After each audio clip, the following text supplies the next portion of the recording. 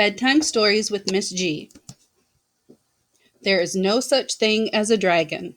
Story and pictures by Jack Kent. Billy Bixby was rather surprised when he woke up one morning and found a dragon in his room. It was a small dragon, about the size of a kitten. The dragon wagged its tail happily when Billy patted its head. Billy went downstairs to tell his mother.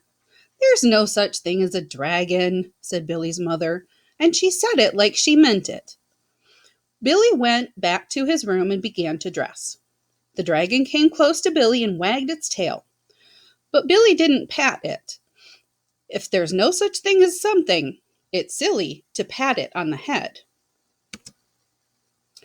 Billy washed his face and hands and went down to breakfast. The dragon went along. It was bigger now, almost the size of a dog. Billy sat down at the table. The dragon sat down on the table.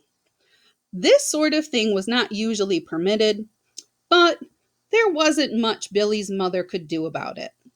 She had already said there was no such thing as a dragon, and if there's no such thing, you can't tell it to get down off the table.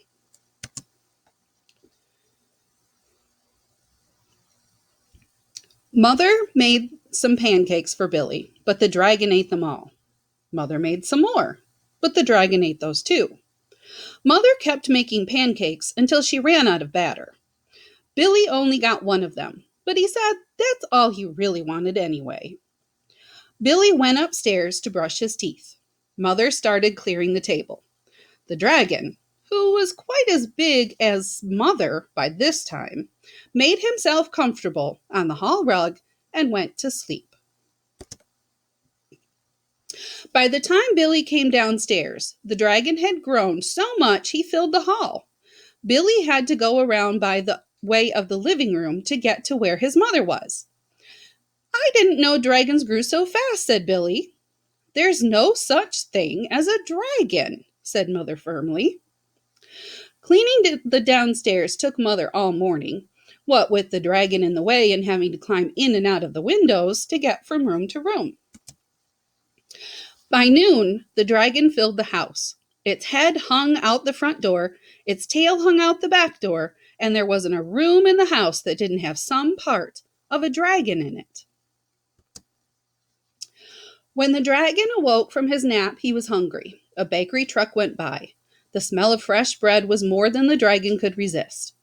The dragon ran down the street after the bakery truck.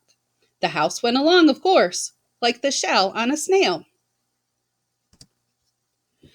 The mailman was just coming up the path with some mail for the Bixbys when their house rushed past him and headed down the street.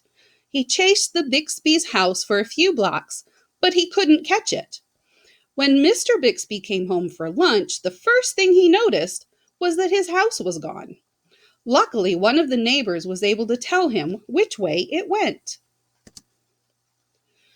Mr. Bixby got in his car and went looking for the house. He studied all the houses as he drove along. Finally, he saw one that looked familiar.